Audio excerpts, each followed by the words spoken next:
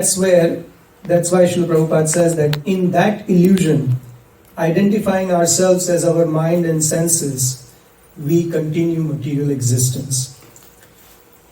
Therefore, lust is the greatest enemy of the living entity, and it is lust only which induces the pure living entity to remain entangled in the material world. Wrath is the manifestation of the mode of ignorance. These modes exhibit themselves as wrath and other corollaries. So what are the other corollaries? Quickly, one by one. What are the 6 anarthas? Yes? Calm. Yes, calm is the one that we are talking about. Lust, krodh, greed, lust, anger, greed, pride, envy. Lust, anger, greed, pride, envy, and illusion. Right? So,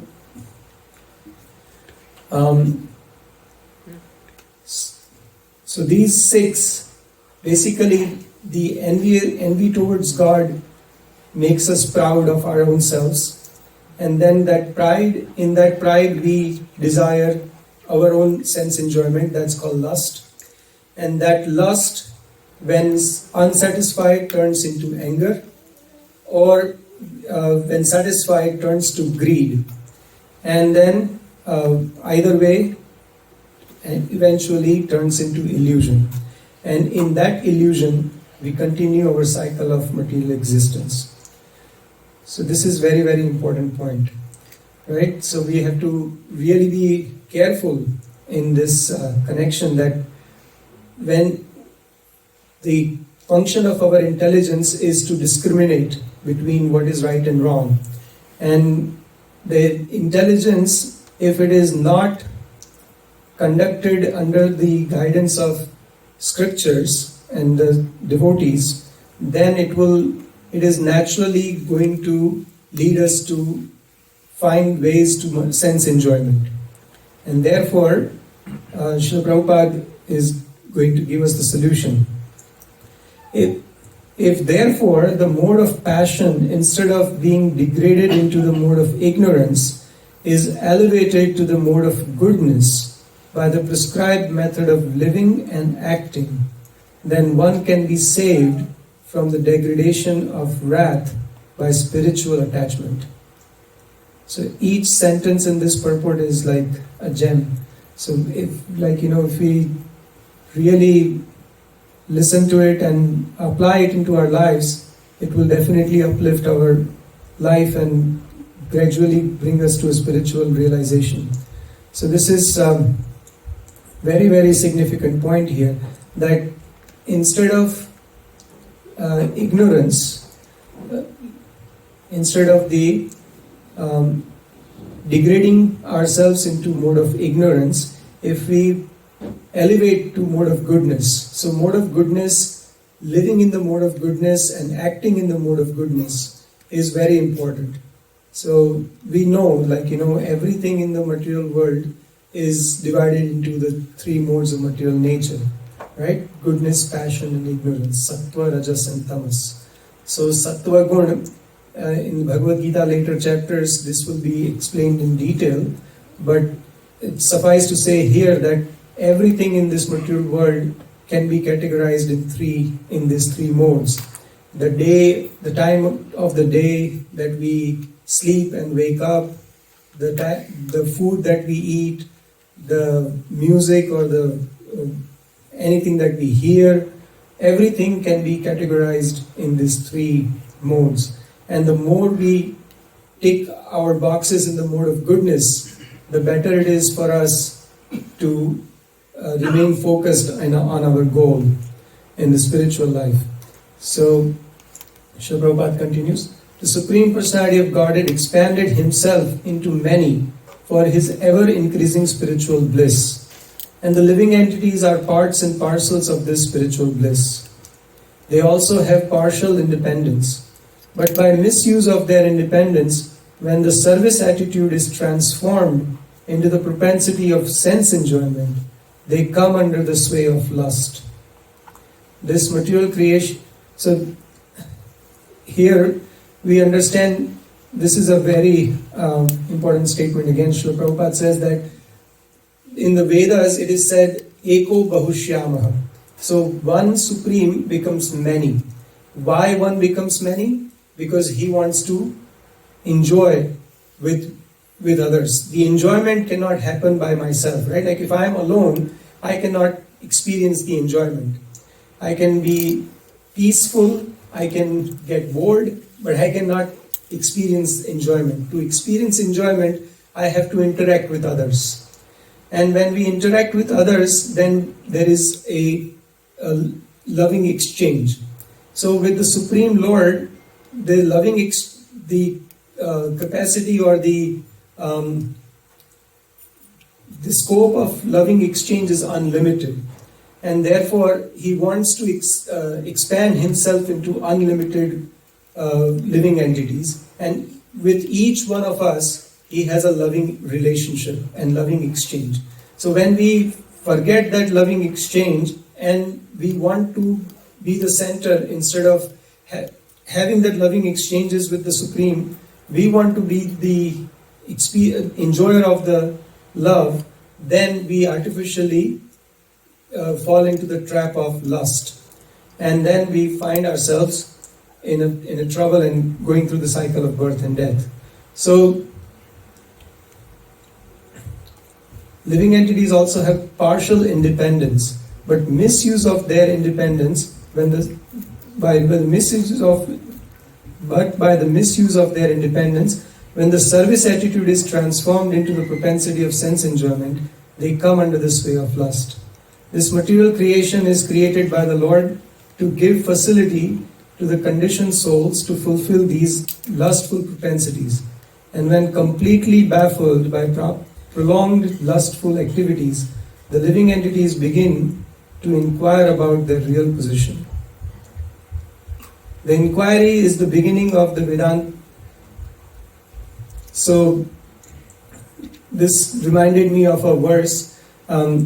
It said that Kuranga Matanga Patanga Brunga Meena Hata Pancha Bhireva Pancha Eka Pramati Na Katham Na Hanyate Sa Sevate Pancha Bhireva Sa Sevate Panchabihi Eva Pancha. So for a human being it is said.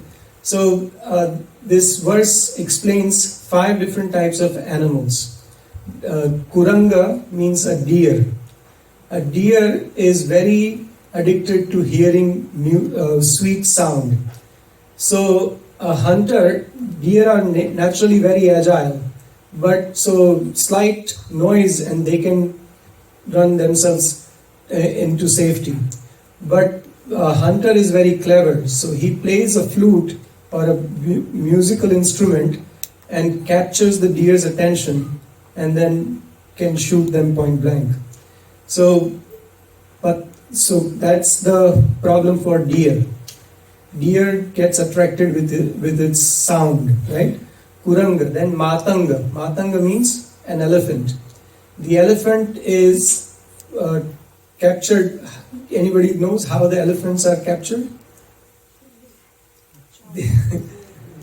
Yes, you dig a hole, and then there is a she elephant that is trained and gets in touch with the male elephant and then chases him into the ditch, right? So that's how the elephants are captured. That's the sense of touch for elephants. Kuranga, Matanga, Patanga. Patanga means a fly, a moth. Moth is attracted with this sight.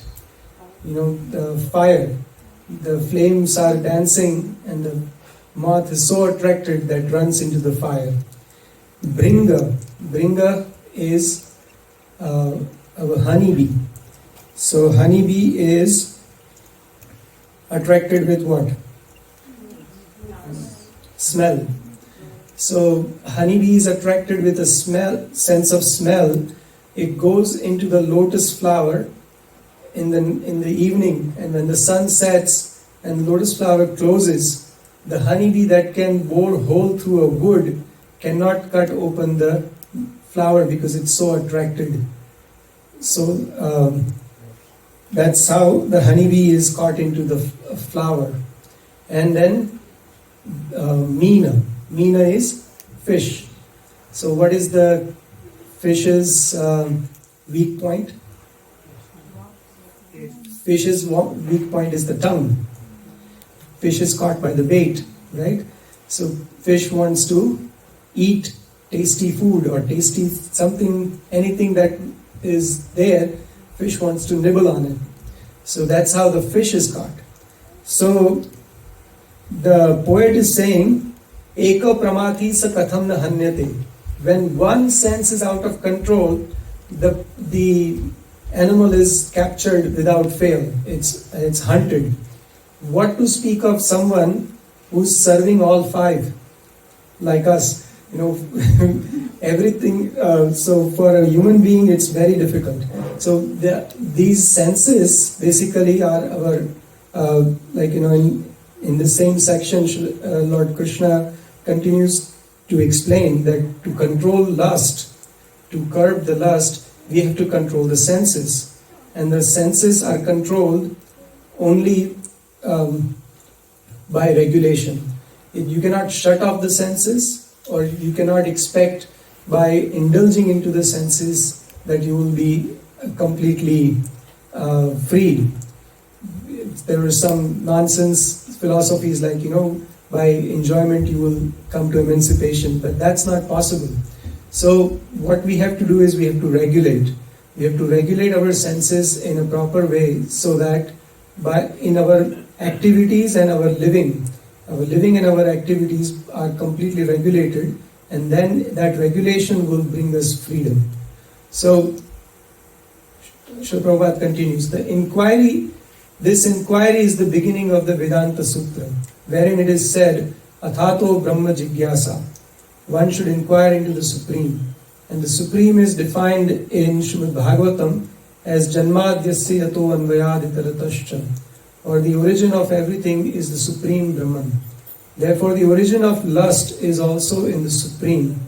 If therefore lust is transformed into love for the Supreme, or transformed in Krishna consciousness, or in other words, desiring everything for Krishna, then both lust and wrath can be spiritualized. So this is the genius of Acharya, Srila Prabhupada. This is instead of giving such concepts of love or Krishna consciousness, what it practically means, right? What practically it means is desiring everything for Krishna. We are all doing things, we are all working, but instead of desiring things for ourselves, we think this desiring for Krishna. That's how we can transform our lust into love. That instead of, I like to eat, right? I enjoy food. That's natural for everyone. But instead of eating anything and everything and everywhere, I make sure that I only eat Krishna Prasad. So I offer it to Krishna and then partake into Prasad. That will be a way of connecting with Krishna, connecting with God and uplifting ourselves. So that's how we regulate our senses. For every sense, we can apply this same logic. That we like to hear sound, we like to hear beautiful music. So instead of hearing music that increases our passion and ignorance, we engage into the transcendental sound vibration, hear kirtan, hear katha, and increase our attachment for hearing about Krishna. Then our hearing will transform into love for Krishna. So the same way in every senses, like Srila Prabhupada gives the example of Hanuman and Arjuna.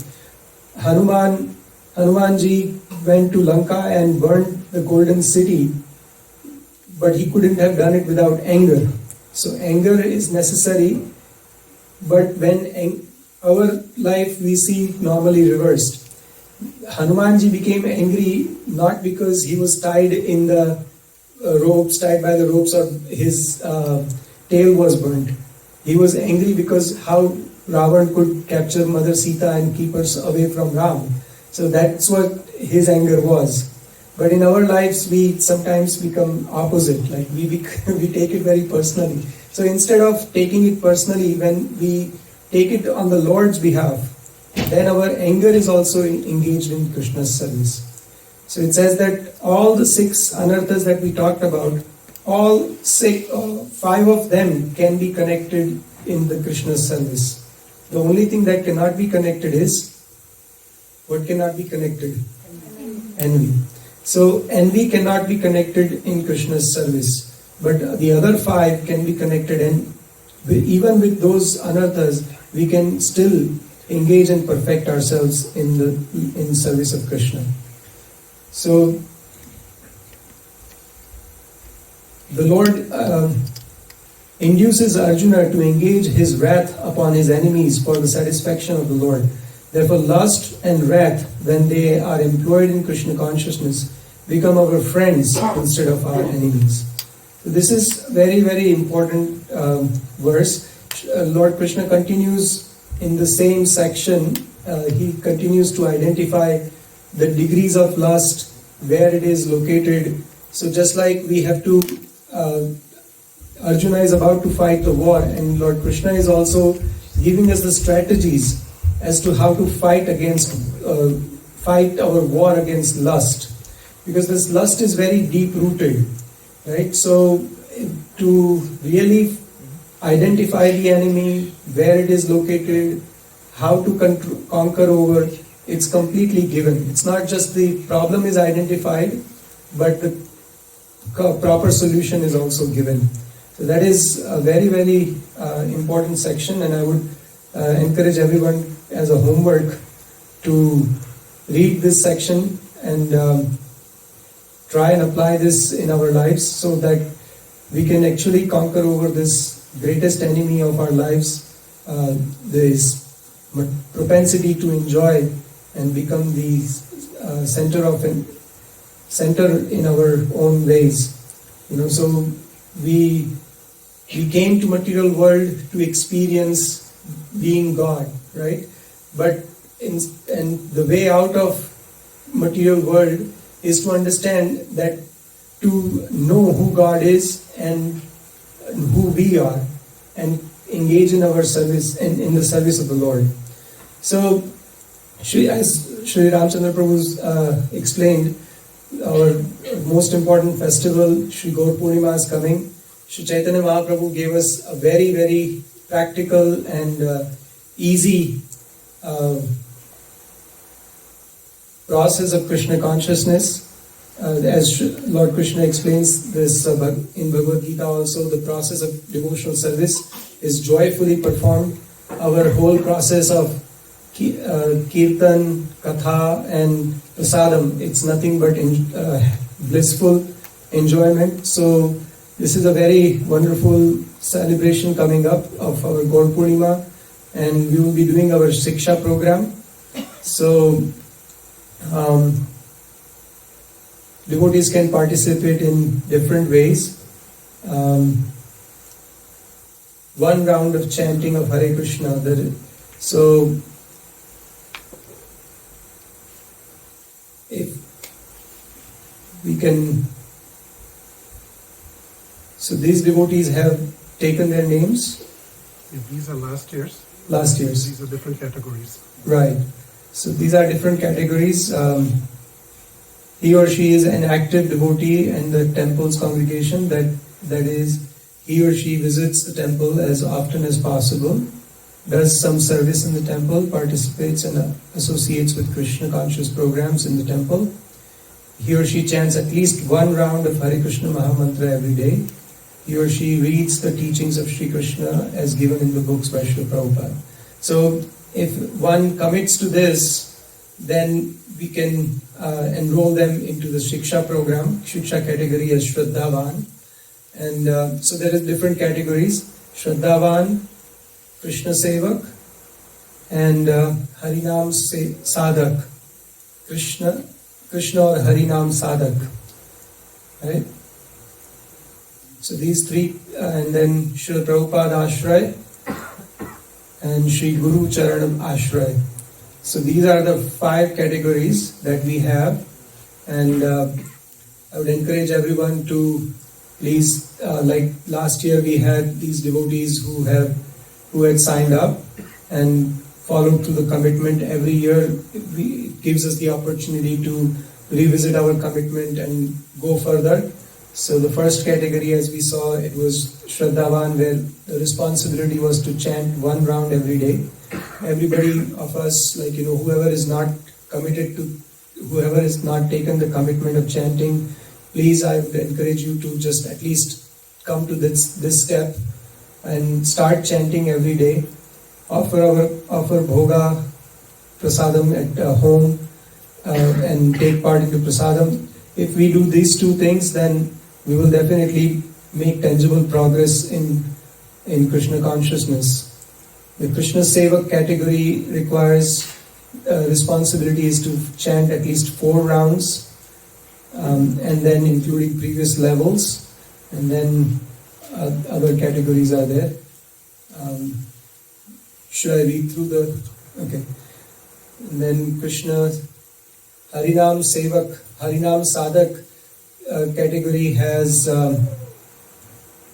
8 rounds, and then Srila Prabhupada Ashray has 16 rounds of chanting, and then Shri Guru Charana Padma, Shri Guru Charana Ashray has 16 rounds of chanting and accepting a spiritual master and following all the other previous levels.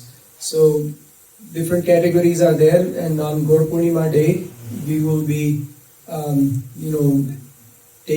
taking those names and accepting you in different categories. So please approach us, one of us, and we can discuss more if you have any questions or how to take up any of the responsibilities. If there are any other questions or comments, please feel free to. So the other point that I had in mind was to just like these animals examples that we saw, Maharaj in the opposite way, who engaged all his senses in different ways to serve Krishna. He's a very great example, and we can also follow in his footsteps in small ways by engaging all our senses in the service of the Lord to become free from the lust and become lover instead of lustful, lover of God. So this Bhaktivinoda Thakur explains that the senses are the root enemies of to control the senses, one must start with the tongue, and the tongue is controlled by prasadam. That's why we sing Sharirar Avidya Jal Jadendriya Tahe Kal Jive Phale Vishaya Sagare Tar Muddhi Jivati Lobh Mohe Sudurnati. So this prasadam prayer we sing with a lot of happiness and joy, but it's a very grave, serious prayer, because we admit that we are in a bond or network of ignorance, and the way out is by sevon mukhe hi jivvado swayam eva spratida. So the seva, that beginning with tongue, we must engage our tongue in the service of the Lord, and the rest of the senses will follow. And the best way to engage our tongue in the service is by chanting Hare Krishna, Krishna Krishna, Hare Hare, Hare Rama, Rama Rama, Hare Hare, and eating Krishna Prasad. So with that, I'll end. Please, if you have any questions or comments. Yes, bro. So thank you for a very nice class. You mentioned that envy cannot be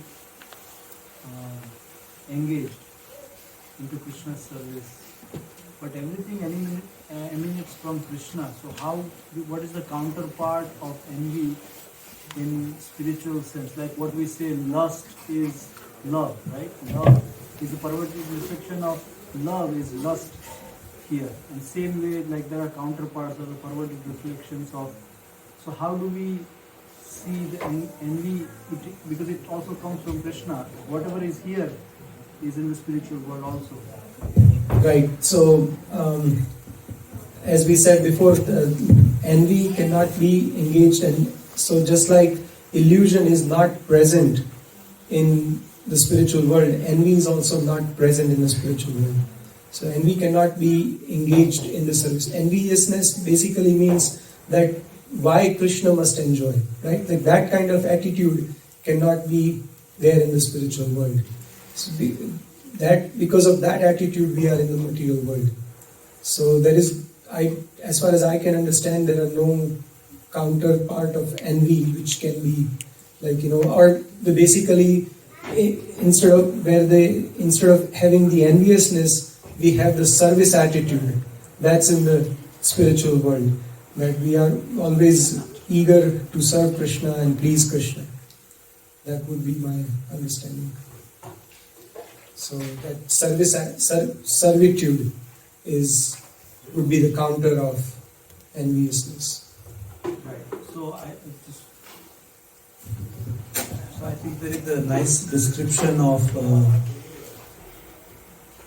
devotees running towards Krishna when he's coming back from herding the cows, and if one gopi or anyone who falls on the ground, somebody is going and trying to help her. So she's saying, no, don't worry about me, you go and see Krishna. So the counterpart of the envy, I think, would be selflessness. Like selflessly you want to serve Krishna without your personal enjoyment. Or if I don't get to see Krishna, that's fine, but you guys go ahead and take that opportunity. I am in a situation that I have fallen and I am hurt. So envy, I think the perverted reflection on the real sense of envy in the spiritual world would be to unconditionally serve Krishna or something like that. Yes. Thank you. Thank you. Yes, Mataji, you had a question? Okay. Anyone else had a question?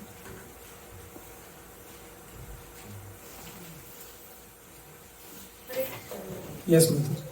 What kind of emotion Shishupal used?